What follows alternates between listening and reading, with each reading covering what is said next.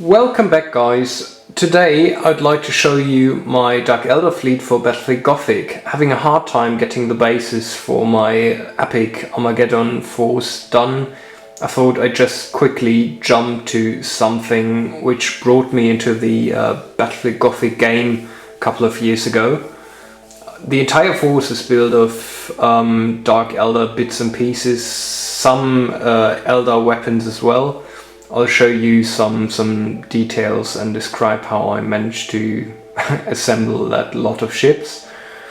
So in the first part we take a look on how I managed to create these ships. In the second part, however, I'd like to talk about tactics. So how does it feel to field a fleet of Dark Eldar ships in Battlefleet Gothic, and why I do think it's still worth getting started or continuing playing Battlefleet Gothic, especially if you're a 40k player. So let's start with many of the escorts. As you can see, these all do look kind of the same, or at least kind of similar. I did some variation in there to, really bring the flair of a Dark Eldar pirate fleet on the table.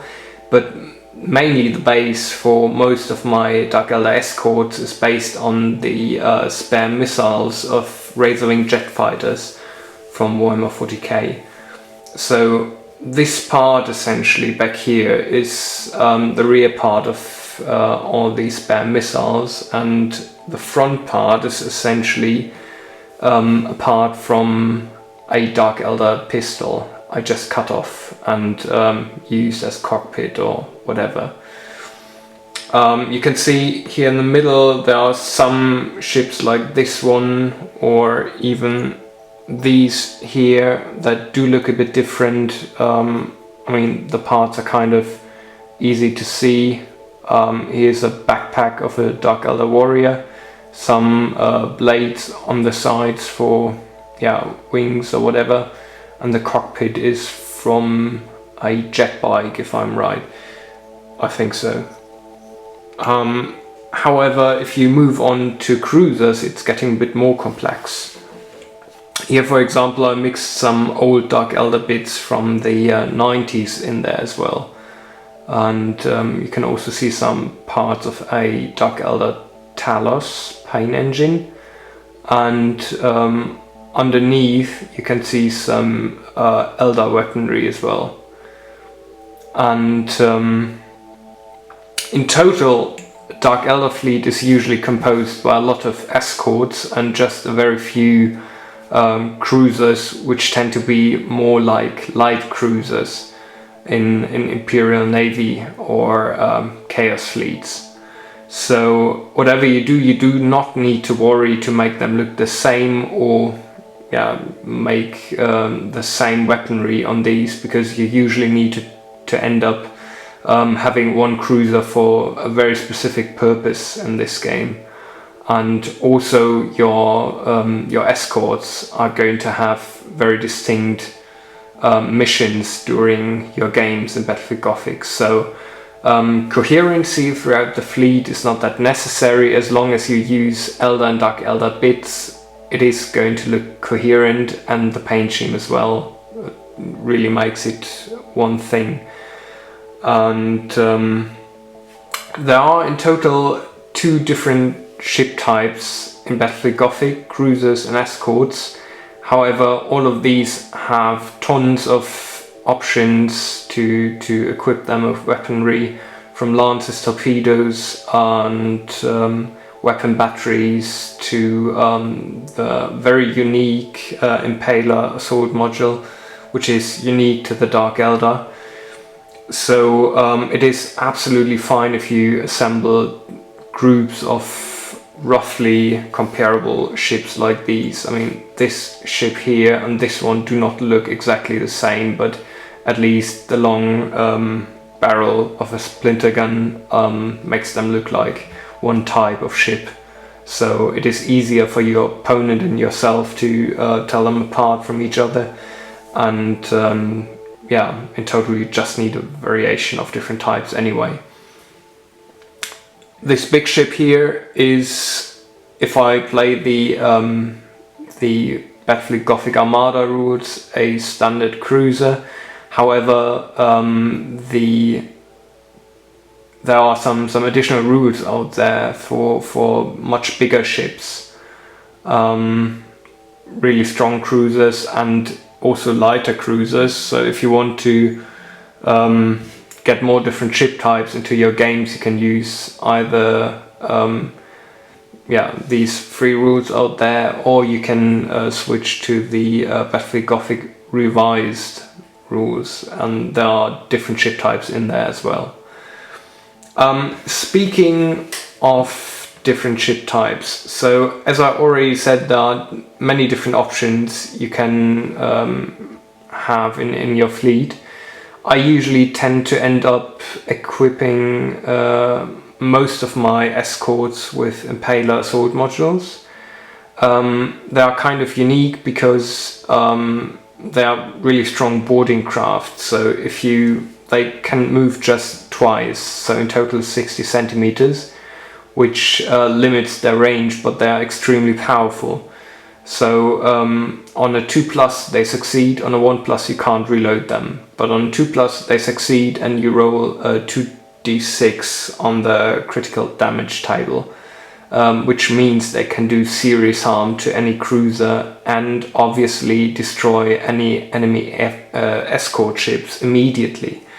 So all of these ships here I usually feel them as Impaler escorts. So you can use the enormous speed of Dark Eldar escorts of 40 centimeters and the extremely high maneuverability to bring them in asteroid fields or just hide behind them, and then use your Impaler assault modules to attack enemy spaceships nearby and destroy them quite efficiently without leaving much opportunity for your opponent to attack them, which is a very strong tactic in my opinion to weaken the enemy fleet before you really do your final strike and shoot them to pieces. Aside of the main weaponry, every Dark Eldar escort has also Dark Eldar weapon batteries, which are much like the Eldar weapon batteries, very, very strong. So you also do have a second weaponry on these vessels. The lances are also great because on 5+ they end up doing double damage on enemy ships, which is quite efficient. If you want to bring aircraft other than the Impaler assault modules to your fleet, you need necessarily have to equip your cruisers with launch bays.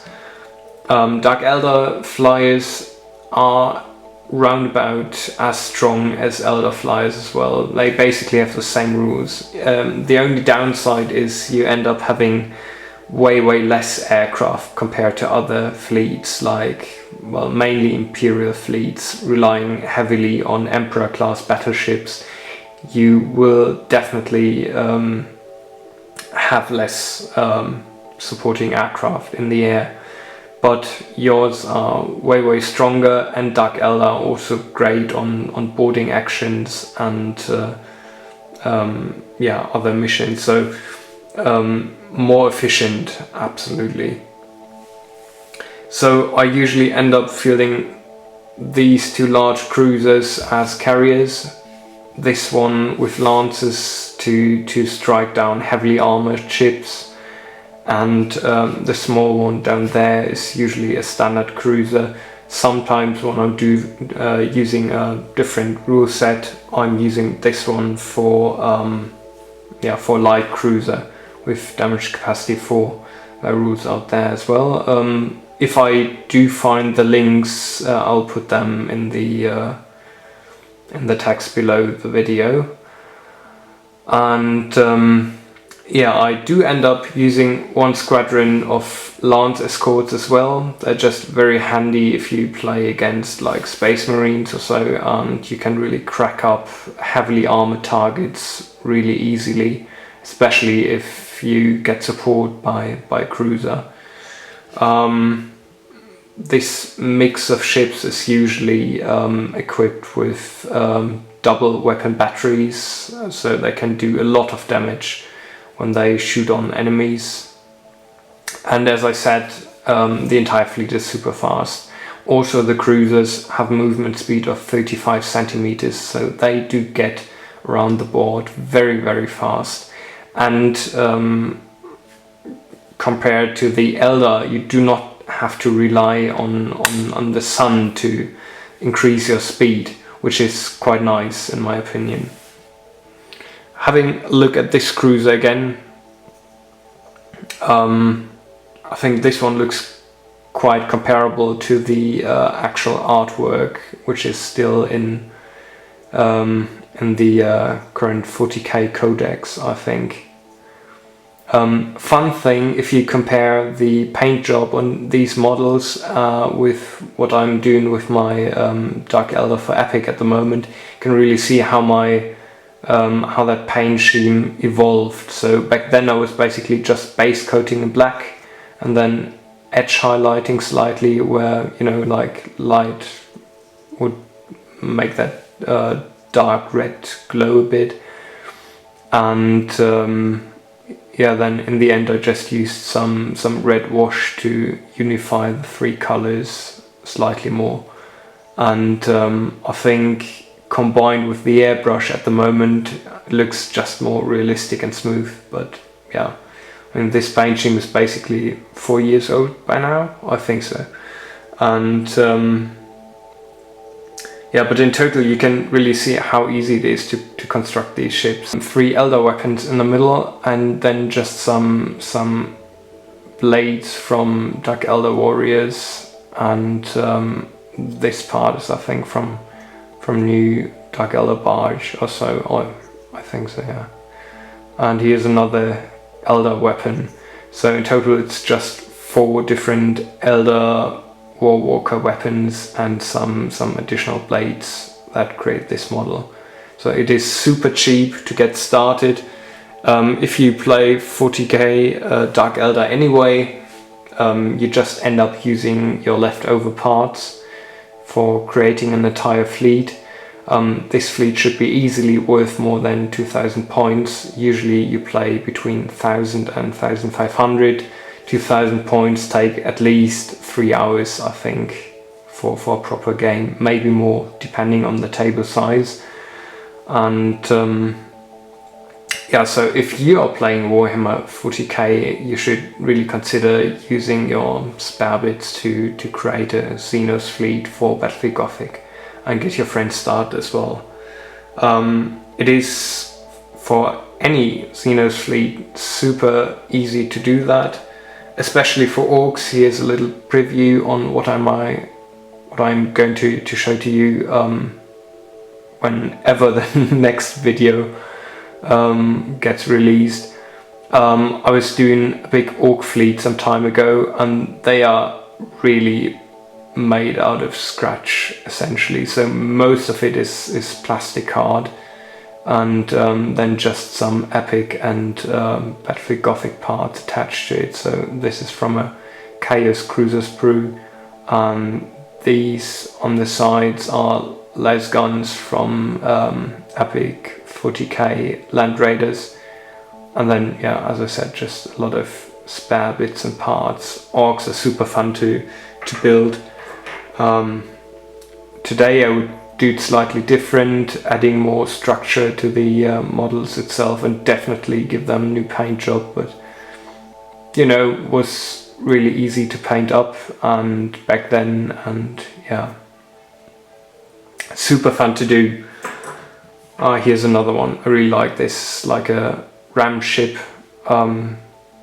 Did 14 or 16 of these. Really super fun to do that. And yeah, they all look super shitty. Very, very orcish. yeah, really like it. So that is content for another video, I think. Now I'll give you some close-ups of the entire fleet, and I'm definitely going to write a Tactica article as well. So yeah, make sure you check that out in my blog. You can find the link in below the video. Hope you enjoyed it, and yeah, now let's get into some close-ups. So here again you can see the launch ships. That's essentially just splinter rifles cut to some spare parts from Dark Eldar missiles.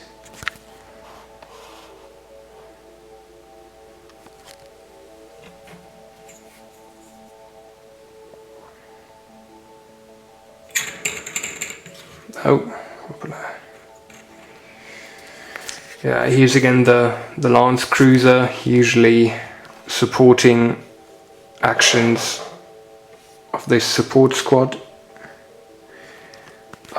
These ships were basically made out of the very last parts I had in my bits box. It was kind of hard to make something aesthetically pleasing out of these bits, but yeah, I think it's still okay. These are basically my standard escorts. As I said, the rockets or missiles from the Razor Wing jet fighter. Oh yeah, here's some scenery I did as well. I sold a good portion of my scenery mainly because I'm moving way too often. I just cannot keep all of it. Here's a little planet with space stations as well. There we go. And here you can see basically the massive kit bash this spaceship is. A lot of parts in there, Talos bits, leftover jet bike parts. I think the this section here is essentially from a Viper, so Dark Eldar Viper.